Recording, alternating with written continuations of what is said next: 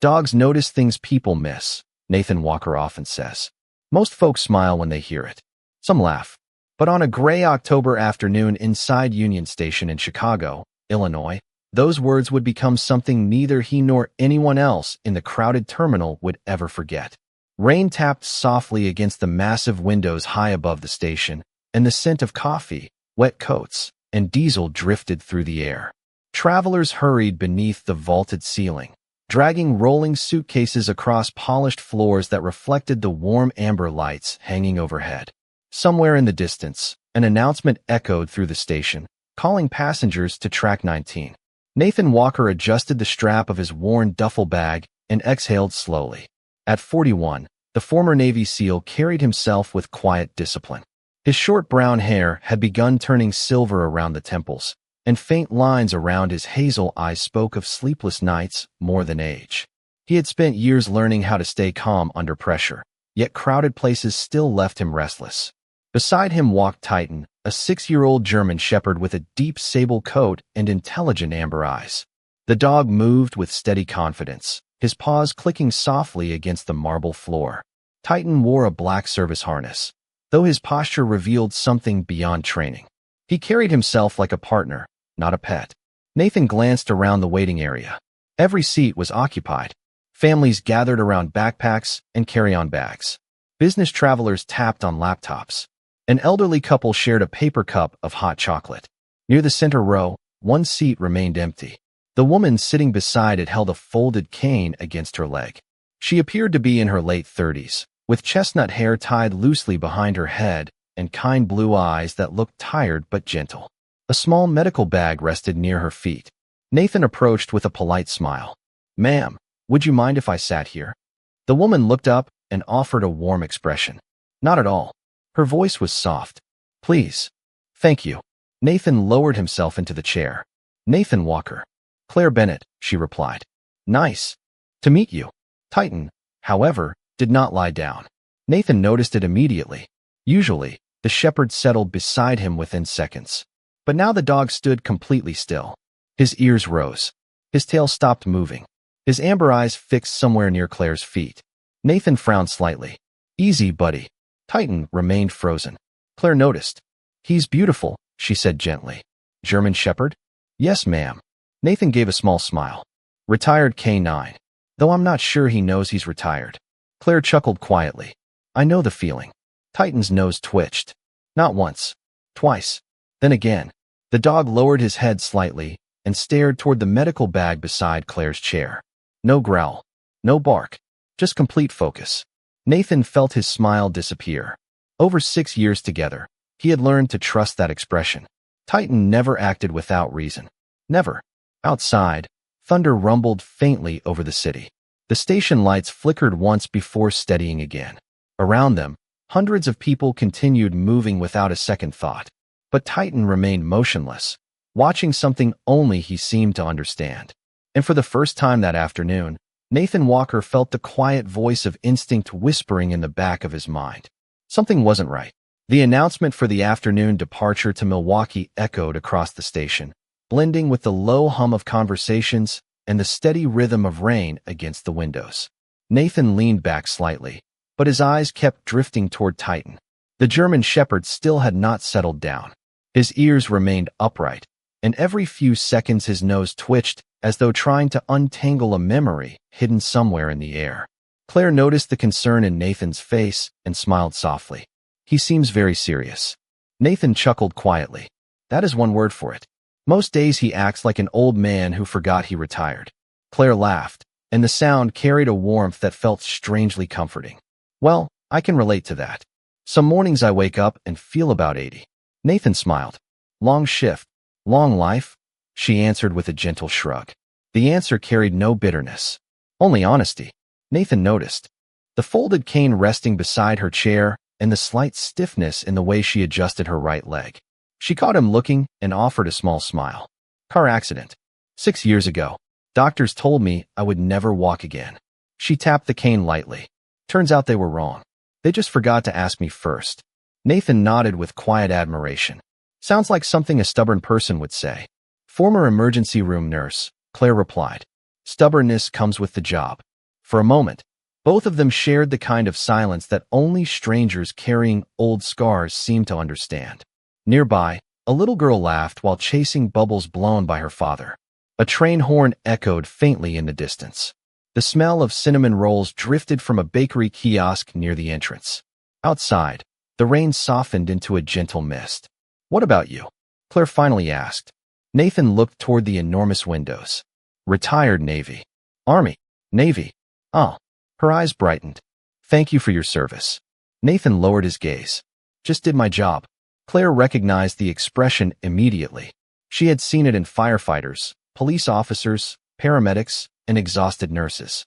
The quiet look of people who carried memories they rarely talked about. "People who say that usually have stories they never tell," she said softly. Nathan smiled faintly. "Maybe."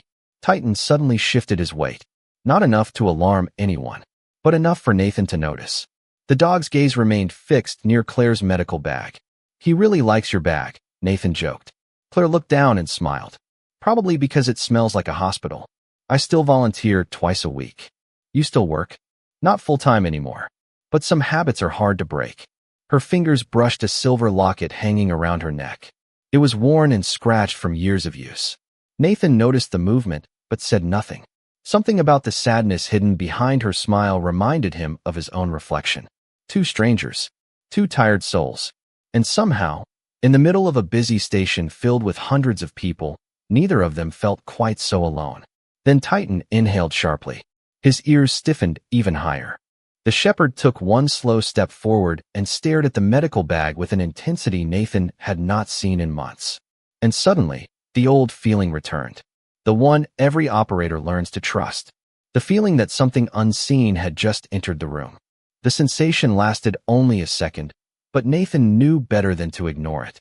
Titan had spent years beside him, and the German shepherd had taught him one lesson over and over again. Instinct rarely announced itself loudly. Most of the time, it whispered. Around them, Union Station continued its ordinary dance. Wheels rolled over polished floors. Coffee machines hissed. Children laughed. A pianist near the food court played a slow melody that drifted through the air like an old memory. But Titan no longer seemed interested in any of it. The dog stepped closer to Claire's chair and stopped. His tail remained still. His breathing slowed. Then he sat down. Not beside Nathan. Beside Claire. "Well, hello there," Claire whispered with a surprised smile. "I think I just made a new friend." Titan lifted his eyes toward her. His expression softened slightly, yet his nose continued working. Nathan blinked. "That is unusual." Claire chuckled. "Am I passing some kind of secret inspection?" "Honestly, I have no idea." Nathan scratched behind Titan's ears. "Buddy, you are confusing me." The shepherd ignored him completely. Instead, he rested his head gently near Claire's knee. The movement caught her off guard. Slowly, almost hesitantly, she placed her hand on the thick fur between his ears. Titan closed his eyes for a brief moment. "Oh my goodness," Claire whispered. "He is beautiful." Nathan smiled. "He usually takes months before trusting people. Maybe he just feels sorry for me." "No," Nathan shook his head. "Titan does not do pity." The words lingered in the air. Claire's smile faded slightly. "Good." She stared at the floor for a moment. "I have had enough pity for one lifetime." Nathan noticed the sadness behind her eyes. It reminded him of rain clouds that refused to leave. "People can mean well," he said quietly. "Sometimes." Claire nodded. "But after the accident, everyone looked at me differently. Family, friends, even strangers. Like they only saw what I lost." She glanced down at her cane. "Not who I still am." Nathan understood that feeling more than he cared to admit. "Funny thing about scars," he said softly. "People notice them, but they do not see the person carrying them." Claire looked over at him and smiled faintly. "Exactly." A silence settled between them. Not awkward. Peaceful. Outside, the clouds had begun to part, and streaks of golden light spilled through the giant station windows. Dust floated through the beams like tiny stars. Somewhere overhead, another announcement echoed. Titan suddenly lifted his head. His ears rose again. But this time, his eyes were not on the medical bag. They had shifted toward Claire's silver locket. Nathan frowned. "What is it, buddy?" Claire looked down in confusion. "My necklace." Titan leaned closer. He sniffed the air carefully. Once. Twice. Then his entire body froze. Nathan felt the change immediately. The same stillness. The same focus. The same look Titan used to have years ago whenever something important hid beneath the surface. Claire's smile slowly disappeared. "Nathan," she said quietly. "Why does he keep looking at this?" Nathan stared at the old silver locket resting against her sweater. He had no answer, but something inside him tightened. Because for the first time since sitting down beside the kind nurse with tired blue eyes, he realized Titan was not acting nervous. He was remembering something. For several seconds, neither of them spoke. The noise of Union Station seemed to fade into the distance as Titan sat perfectly still, his amber eyes fixed on the weathered silver locket hanging against Claire's sweater. The old necklace reflected a beam of afternoon sunlight, and the tiny scratches on its surface caught the light like faded memories refusing to disappear. Claire touched it instinctively. "This old thing?" she asked softly. "I have worn it for years." Nathan studied Titan carefully. "Buddy." The German shepherd blinked once, but never looked away. Nathan had seen that expression before. Not fear, not anxiety, recognition. Somewhere deep inside his memory, Titan knew something. But Nathan could not imagine what. Claire looked down at the locket and smiled faintly. "It belonged to my husband." Her voice grew quieter. "Daniel." Nathan nodded respectfully. "Military." "No," her eyes softened. "Doctor." "Trauma surgeon." She turned the necklace over in her fingers. "He always worked too much. Said there were too many people to save and not enough time." A sad smile appeared. "He passed away 9 years ago." Nathan lowered his eyes. "I am sorry." "Thank you." Her fingers lingered on the silver chain. "Some days it feels like yesterday. Other days it feels like another lifetime." Titan suddenly inhaled again. Then he stood up. Not abruptly. Slowly. Deliberately. His ears rose. His attention shifted beyond Claire. Nathan followed the dog's gaze. Across the waiting area, near a newsstand filled with magazines and postcards, stood a man in a charcoal overcoat. He appeared to be around 60 years old. Silver hair. Thin frame. Wire-rimmed glasses. Ordinary in every possible way. Yet something about him seemed strange. He was not reading. He was not looking at his phone. He was looking at Claire. The moment their eyes accidentally met, the man quickly turned away. Nathan frowned. Maybe it was nothing. Hundreds of people passed through Union Station every hour. But Titan remained standing. Watching. Claire noticed the change. "What is it?" Nathan forced a smile. "Probably nothing." But Titan disagreed. The shepherd took one careful step closer to Nathan and pressed against his leg. It was something he always did before alerting him to something unusual. Nathan's instincts stirred again. Across the station, the silver-haired man pretended to study a train schedule. Yet every few seconds, his eyes drifted back toward Claire. She had not noticed. She was looking down at her locket, lost somewhere between memory and grief. "Daniel used to tell me I worried too much," she said quietly. "He said God gives us enough burdens without borrowing tomorrow's troubles." Nathan smiled softly. "Sounds like a wise man." "He was." She swallowed gently. "Before he died, he kept telling me there was something important he wanted me to remember. But he became too sick to explain." Her eyes glistened slightly. "I have spent 9 years wondering what he meant." Nathan looked toward the stranger again. The man had disappeared. Strange. He had been standing there only seconds earlier. Titan's ears suddenly twitched. His head turned toward the corridor leading to track 19. The shepherd froze once more. Then, very quietly, almost too softly to hear, a low whine escaped his throat. Nathan felt his heartbeat slow, because that sound carried a meaning he knew all too well. Titan was not warning him about danger. The old German shepherd was searching for something, or someone. And somehow, whatever memory had awakened inside him seemed connected to the silver locket resting over Claire Bennett's heart. The whistle of an arriving train drifted through the station, followed by the gentle vibration beneath the floor that seemed to ripple through every bench and pillar. Travelers stood and gathered their bags. Families hugged. Businessmen hurried past with coffee cups in hand. Yet Titan remained focused on the corridor leading toward track 19. The old German shepherd's nose twitched again. His body stayed calm, but Nathan recognized the quiet urgency hidden beneath the stillness. "Excuse me," Nathan said softly. "I need to see what he is picking up." Claire smiled faintly. "I think I trust him already." Titan moved forward at an easy pace. Not pulling, not rushing. Nathan followed, keeping one eye on the dog and another on the sea of people around them. Behind them, Claire carefully rose, leaning on her cane. Mind if I come? She asked. Nathan smiled. Not at all. Together, the three of them moved through the station beneath the towering windows where streaks of sunlight now painted golden patterns across the floor. The rain outside had almost stopped. Somewhere nearby, the smell of fresh pretzels and roasted coffee filled the air. Titan stopped near a quiet corner beside a row of vending machines. His ears rose. His nose moved once, then twice, and suddenly he sat. Nathan blinked. There was nothing unusual there. Just an old wooden bench and a trash can. Buddy. Titan lowered his head and gently nudged the bottom of Claire's medical bag. Claire looked puzzled. What on earth? Nathan crouched beside the bag. Do you mind? Go ahead. Carefully, he opened the side pocket. Inside were ordinary things. Bandages, reading glasses, a water bottle, a small notebook. Then his fingers brushed against something flat. What is this? Claire frowned. I have no idea. Nathan pulled out a yellow envelope. It looked old. The edges had faded, and a thin layer of wear marked the corners. Claire stared. Her blue eyes widened. I have never seen that before. Nathan turned it over.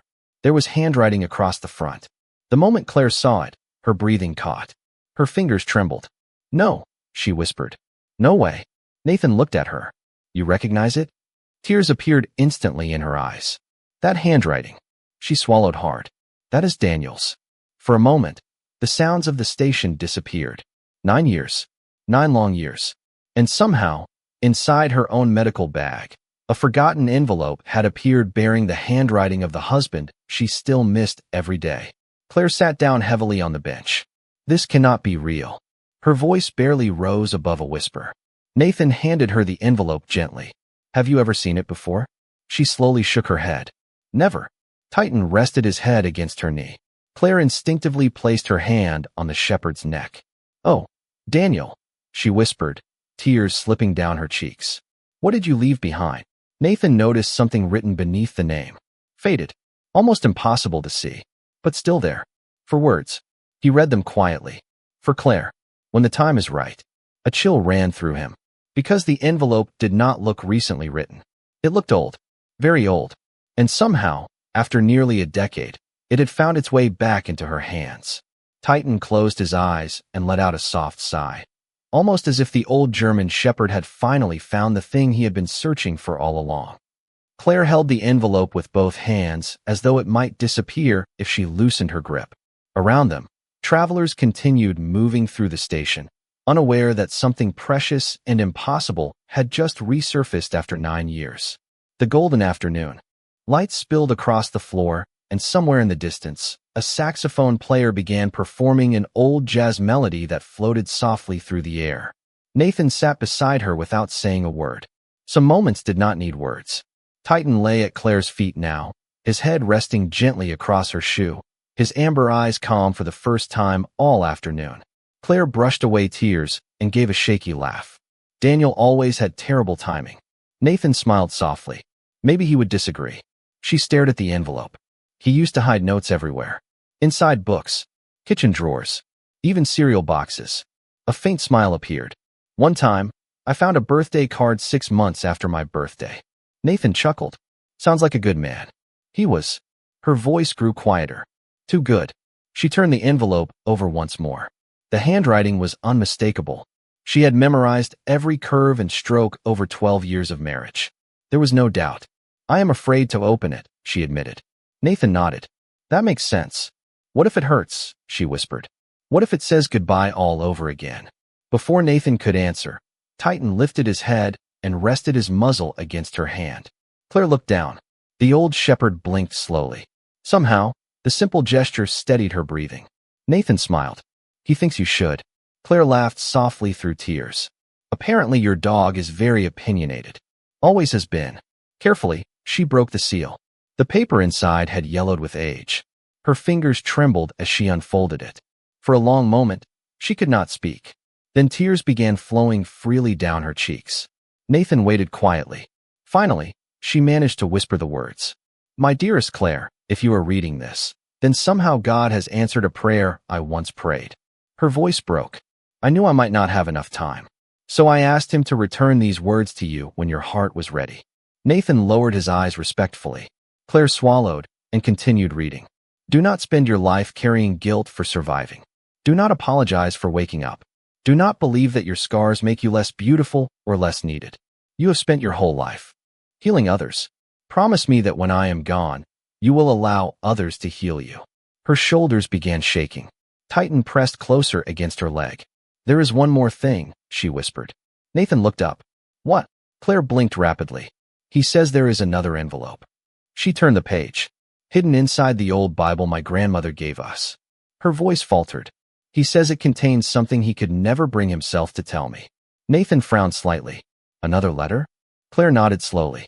But before either of them could say another word, a gentle voice spoke from behind. Excuse me. They turned.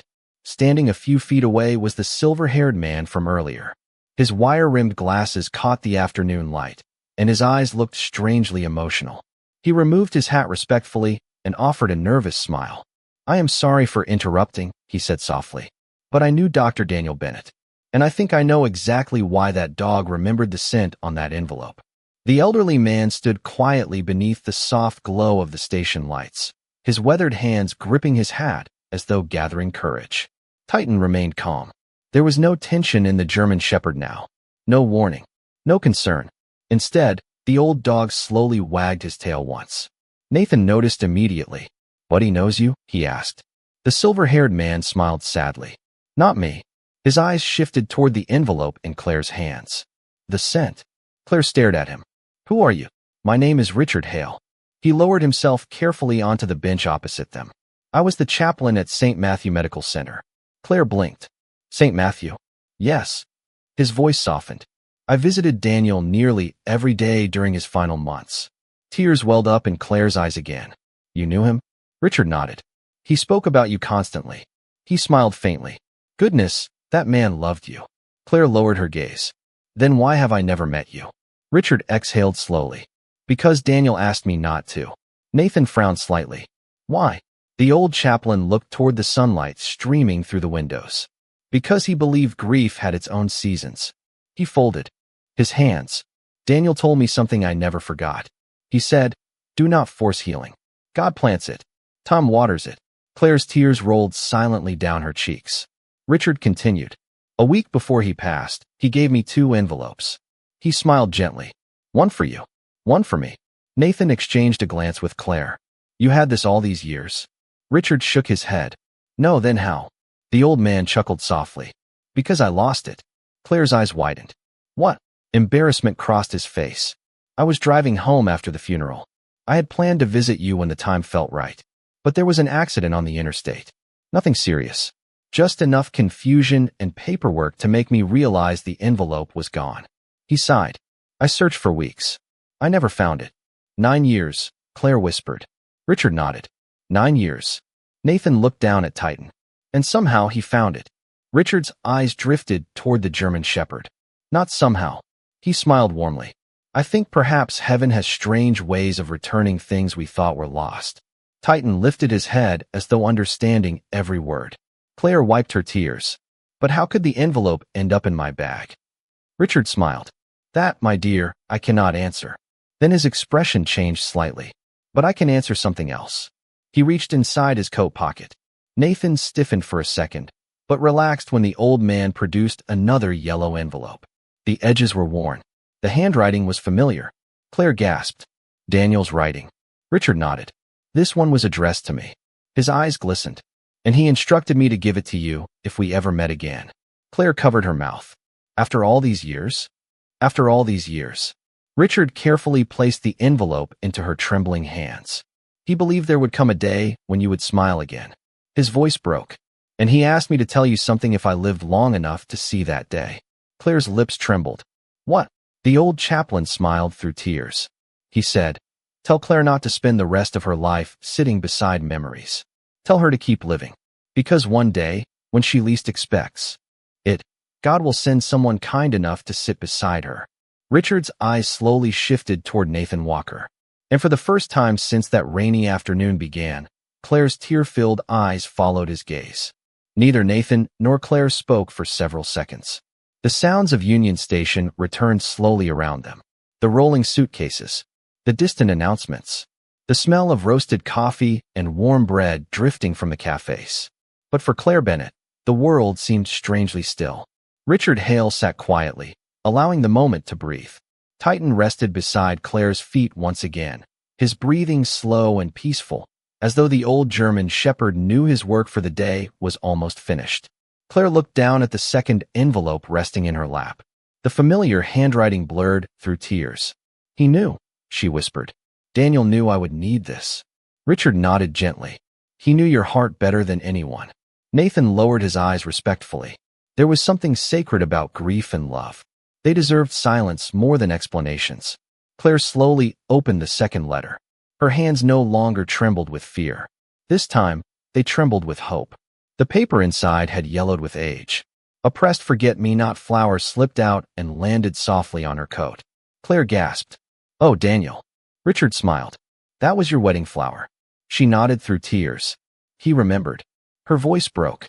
After all this time, he remembered. Carefully, she began reading aloud. "My beautiful Claire, if Chaplain Hale has given you this letter, then I know two things. First, God has been kinder to me than I deserve. And second, you are finally beginning to smile again." Claire laughed softly through tears.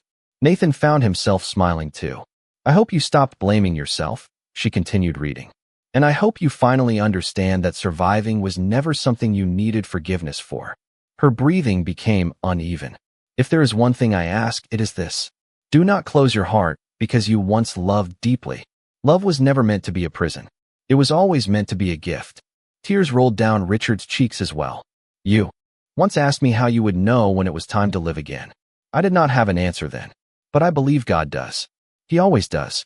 Trust Him. And when someone kind sits beside you, do not push them away. Some people enter our lives by accident.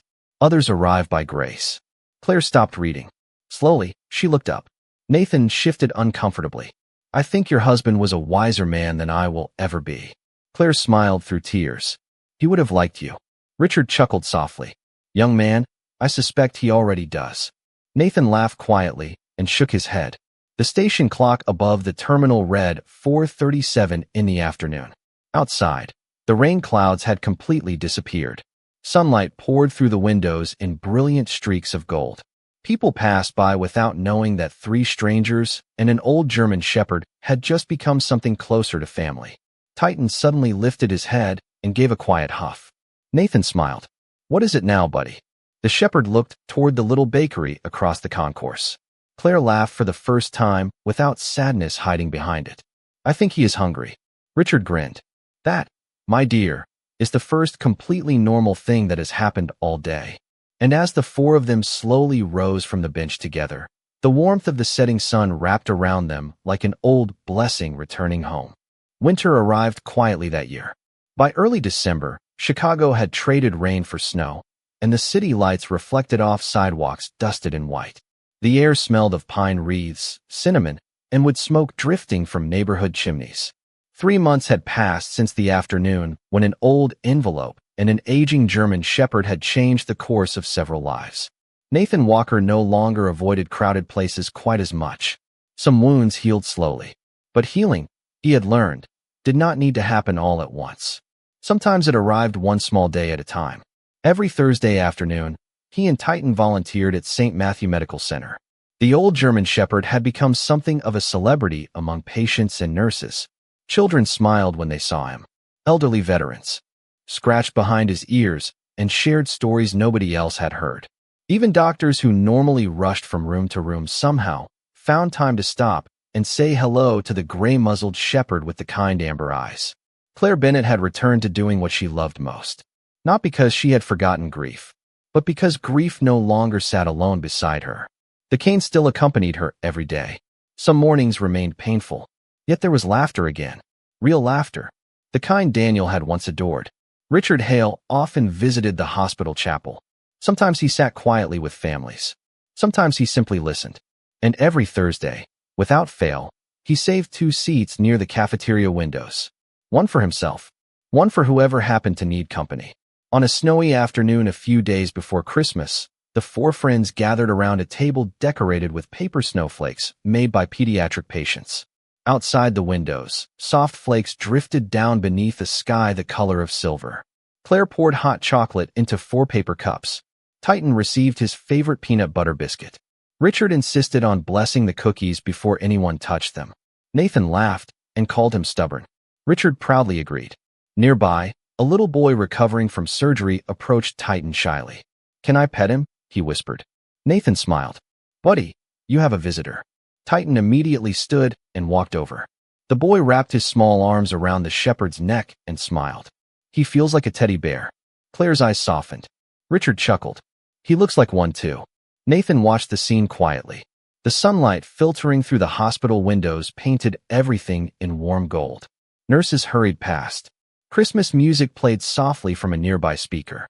Somewhere, someone laughed. Somewhere else, someone cried. Life continued. Beautiful. Messy. Ordinary. Precious. Claire reached into her purse and carefully removed Daniel's 2 letters. The edges had grown softer from being read so often. She smiled. "You know," she said quietly, "for years I thought losing someone meant the story ended." Richard nodded gently. "And now?" Claire looked toward Nathan, toward Titan, toward the little boy laughing beside the old dog. "Now I think love simply changes rooms." Nobody spoke after that. They did not need to. Snow continued falling outside.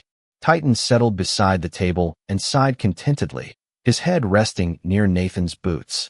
And in the peaceful silence, surrounded by old scars and unexpected blessings, for souls understood something that words could never fully explain. Some miracles do not arrive with thunder.